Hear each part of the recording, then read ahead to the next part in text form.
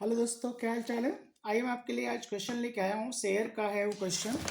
और ये क्वेश्चन अगर आपने नहीं पढ़ा तो समझ लीजिए आपने कुछ नहीं पढ़ा शेयर में। ओके, जरूर आप पढ़िए और इसको पढ़ करके आप एग्जाम देने जाइए, चाहे आप सीए के हों, चाहे सीएमए के हों, इवन आप क्लास 12 के हों तो भी।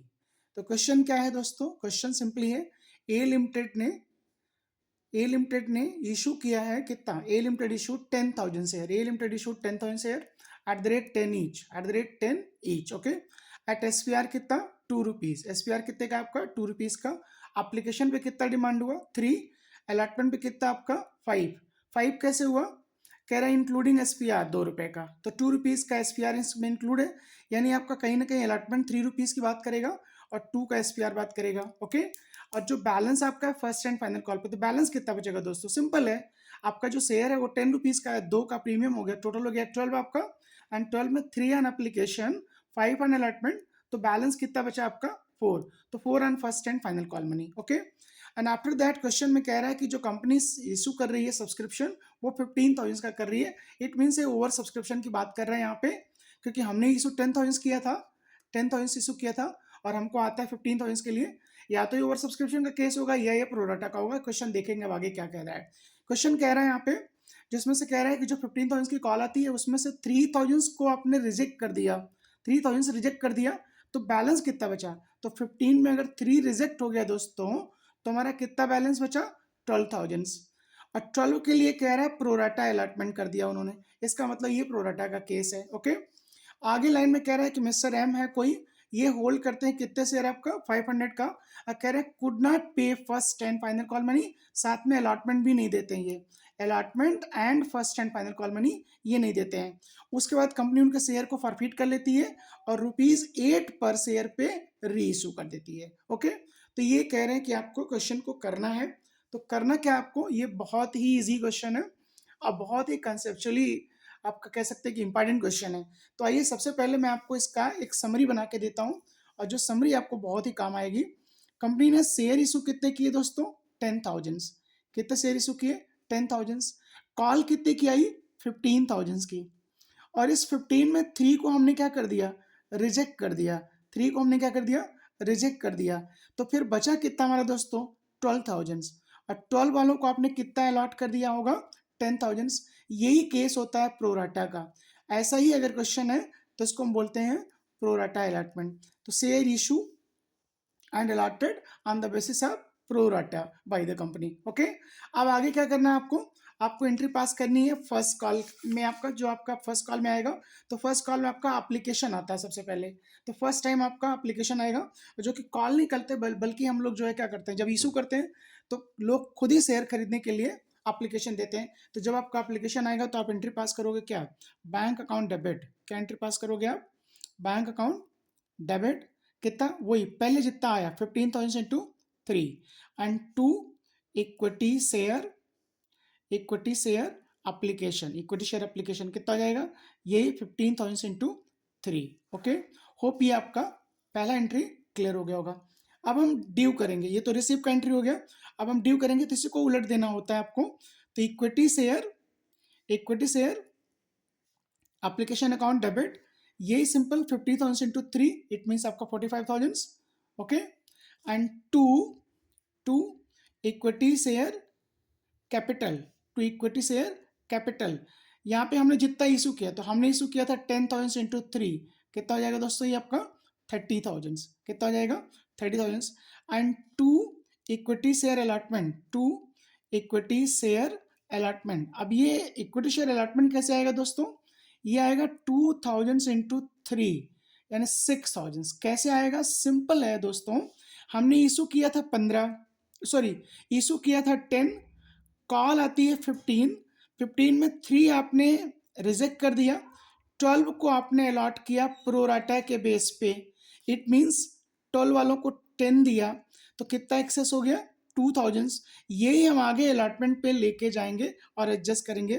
तो इसी में 2,000 इंटू 3, ये 6,000 हो गया। ओके, अब क्या करना है हमको? अब हमें जिनको कुछ नहीं दिया उसको वापस कर दीजिए टू बैंक अकाउंट करके, टू बैंक अकाउंट करके। तो आपको वापस कर दिया कितना हमने? 3,000 इंटू 3 यानी 9,000। ये एंट्री कह सकते हैं कि वेरी वेरी इंपॉर्टेंट एंट्री है, और इसको जरूर आप समझें, आप दोबारा देखें, बार बार देखें, बट इसको समझ के तब आप बोर्ड का एग्जाम देने जाएंगे।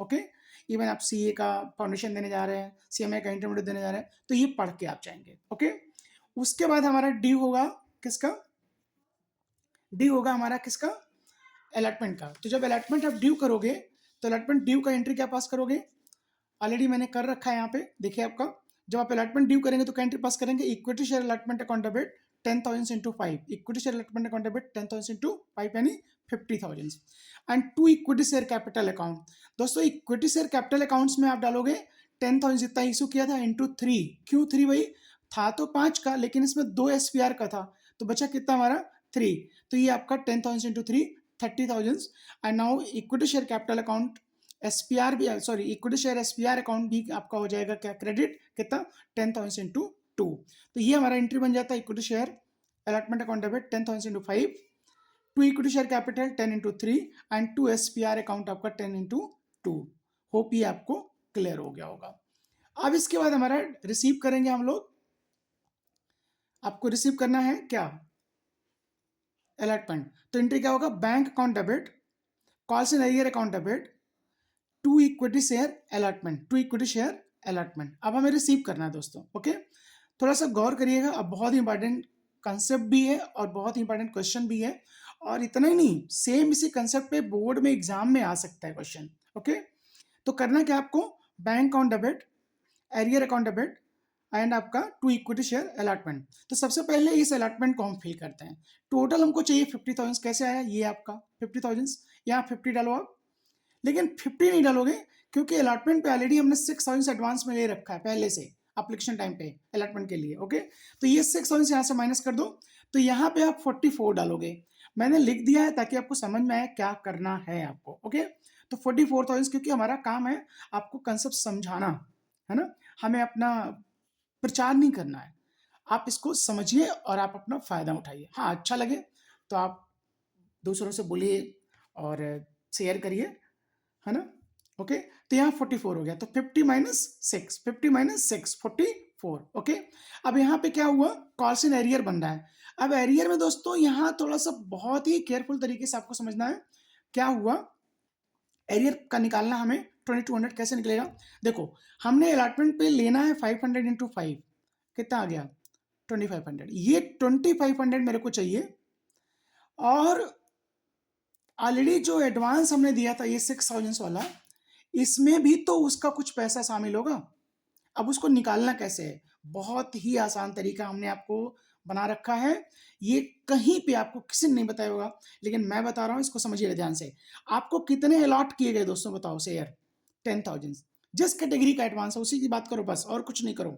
10,000 आपको अलॉट किए गए, और आपने एडवांस में पैसे कितने दिए 6,000, एडवांस में पैसे कितने दिए आपने 6,000, 10,000 आपको अलॉट किया गया, 10,000 एडवांस दिए कितने आपने 6,000, तो इस 500 के अगेंस्ट कितना होगा, तो सिंपल आप कर लो, advance divide by total allotted into allotted, कितना आ गया 3,000, 10,000 के अगेंस्ट एडवांस कितना 6,000, तो 500 के अगेंस्ट मैथमेटिक्स लगा दो, यूनिटरी मेथड लगा दो, तो 500 के अगेंस्ट कितना 6 डिवाइड बाई 10 इंटू 5 300, तो हमको 25 चाहिए दोस्तों, ऑलरेडी ऑलरेडी हमको 300 मिल चुका है, तो मिलेगा कितना 2200, तो 2200 हमारा बन जाएगा क्या, कॉल्स इन एरियर।